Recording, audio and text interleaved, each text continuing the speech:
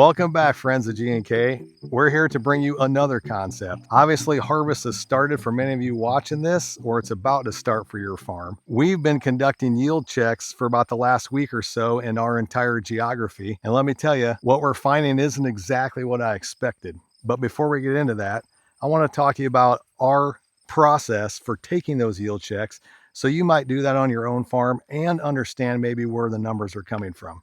So Andrew and Skylar have spent several days out just randomly selecting fields, amongst some of you even watching this video, to get an idea of what the yields might be or what we might find. There's a couple advantages of doing some yield checks. One is you can maybe get an assessment of what to expect coming into your harvest this fall, maybe what others are dealing with, maybe what disease pressure you might see in your corn of your own fields. We still are early enough in the season, even though the season's early, to get a good handle on what to expect.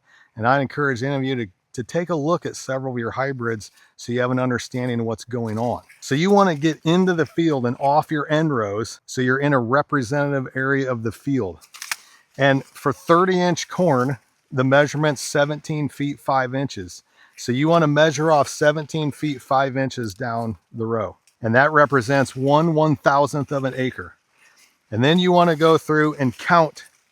And I like to grab a hold of the ear as I'm counting and count the number of ears in that 17 feet 5 inches. And that will tell me what the harvestable ear count will be. So if you plant 33,000, for example, or 34,000 or 30,000, you rarely end up with a full ear count based on what you planted. So you need to count how many harvestable ears you're going to have in that 1/1000th, so you can get a good representation and a good average.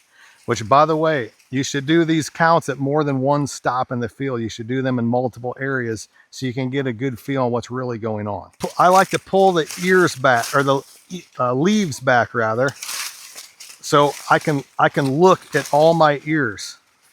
Now I'll tell you this, a key to high yielding corn or good yielding corn is that every ear is set at the same node on the stalk, okay?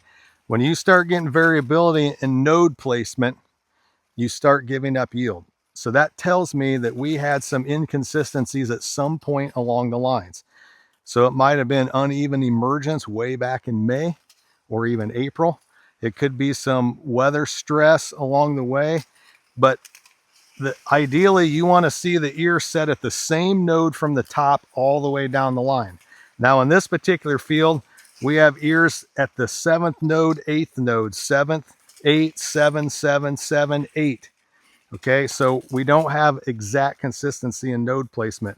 So right off the bat, I know that this field could yield well, but it's going to struggle to raise top numbers. Then I like to go through the 1000th. From a random perspective, you can grab about every 5th or 6th ear in that 1000, rip them off and husk them back. Then you can take all those ears, and here's the formula. The formula is rows around times kernels long, and I like to skip the bottom 2 and about the top 2 or 3 to get the meat of the ear, times ear count in 1000. So if you have 33 of these, that number is 33.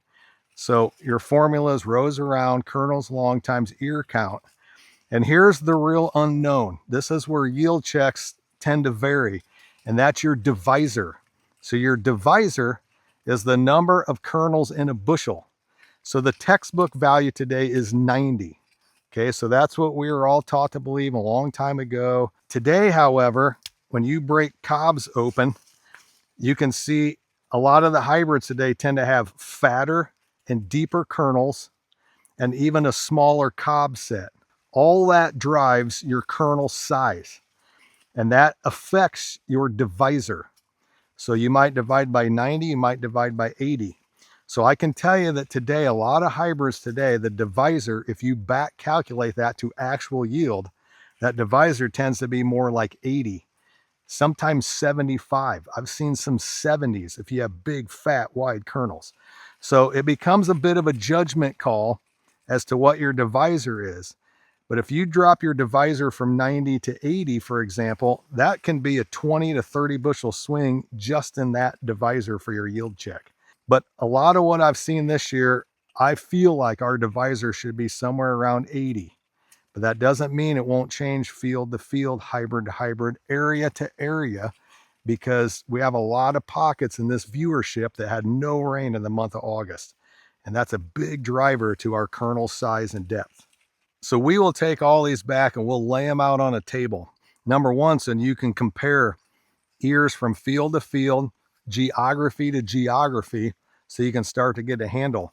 Another thing of note, if you're in your own fields or if you're doing yield checks, it is the most perfect opportunity to kind of assess in arrears of what our disease did or didn't do to your crop. So we are pro fungicide people. We encourage fungicide. We still encouraged it this year. What we are seeing are evidences of tar spot that has kind of maybe re-flared after an initial fungicide application. Even in this field right here, we can see evidence of tar spot. And this was actually sprayed with fungicide. Now, in my opinion, this is acceptable at this stage in the game in mid-September. But we were in some fields that is pretty loaded up with tar spot that can be pretty hurtful to yield. But it's a great way to assess what your fungicide did, how well it held, how well it did if you didn't spray fungicide. But it's always good to assess your leaf surface area, especially before complete dry down, when you still have greenness and you have an opportunity to see it. So we're going to issue a report for those of you that are clients on our assessment of yields, all anonymous, but you can see how things stack up from area to area. I like getting into a September yield check. The Pro Farmer Tour does theirs in early August, and we're far enough north that I like to let this corn kind of advance along in its maturity a little bit, because you can miss some representation if you go too early. But we will lay these out, and then we can break these apart and do our year counts and do all our calculations here. And we can see hybrid to hybrid and field to field laying beside each other. Well, just a couple observations of what we notice in our yield checks. Number one, disease pressure is still imminent, as it is most years, which is why we're a pro fungicide approach. It's pretty rare nowadays that we don't see disease pressure, particularly tar spot. The second thing I've noticed, there's some big variability in planting date, hybrid maturity, and maybe where you live. So we have some big swings in moisture levels. For example, where our office is, we've actually caught some pretty timely rains here and there. They may not have been big, but we've gotten something. And there's other pockets we went to that maybe had nothing for the whole month of August. So that's really driving our kernel size and kernel depth and our overall yield assessment. One thing that we don't see, which I think is a good thing, we don't see ear molds. I don't expect vomitoxin to be an issue, and that particularly is driven by the dry finish. I think we have a good crop, but I don't think it's a record crop. You are going to have some surprises both ways. You're going to have surprises to the high side, surprises to the low side. Also, some of these hybrids that had no rain for many weeks, 5-6 weeks in some cases, the ear shank started to break over. And so that shank becomes a sponge, if you will, to kind of pull moisture back out of the ear. So if you have corn that experience ear drop early, what you could expect to see maybe are a little bit lower test weights, and obviously it will affect yield, but that force that corn to prematurely start to dry down. Obviously, there's a lot of chatter in the marketplace, particularly if you're on X or on social media. You hear a lot about tassel wrap. And yeah, we could see some maybe tighter tassels on some particular hybrids, but I will tell you this, you can look at these ears, pollination was really not an issue for us. What I see is really good pollination, a lot of pollination all the way to the tip, not really a lot of erratic pollination, quite frankly. So we got through that period pretty well. It was just the finish that kind of hurt us a little bit. So I saw yields that were a pleasant surprise, and then I saw yields that were a disappointment. And I think what you're going to find is that may be the case on your very own farm. You'll have some good fields, you'll have some to the low side. So just something to expect. It's not a disaster by any means. Like I said, I still think we have a good crop, but we had a better stage set. It's just our finish was a little hurtful. So thanks again for tuning into this channel. Hopefully you've learned a little bit of something, and hopefully you can do some yield checks on your own before you get too deep into harvest. As always, thanks for tuning in. Please like and subscribe so you're aware of the next video. And until then, we'll see you in the next. Okay, here we go. You ready? Okay, I like what you said there. How did you say that again? It's great to be back with you. Dang it. Why are we back? How did you say that again? Why don't you just do the stupid intro and then I'll get in here and do what the hell I want to do. I can't think straight for some reason. But there's one thing I want to show you, and that's not what you said. All right. Why don't you just say the stupid intro and then I can do what I want to do. Say that again so I can think about it. What I want to talk about is, what is my freaking concept?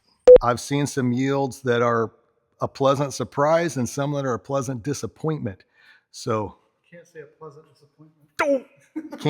can't say pleasant disappointment. Nothing's pleasant about being disappointed. No. Is that good and goofy? That's good. Okay.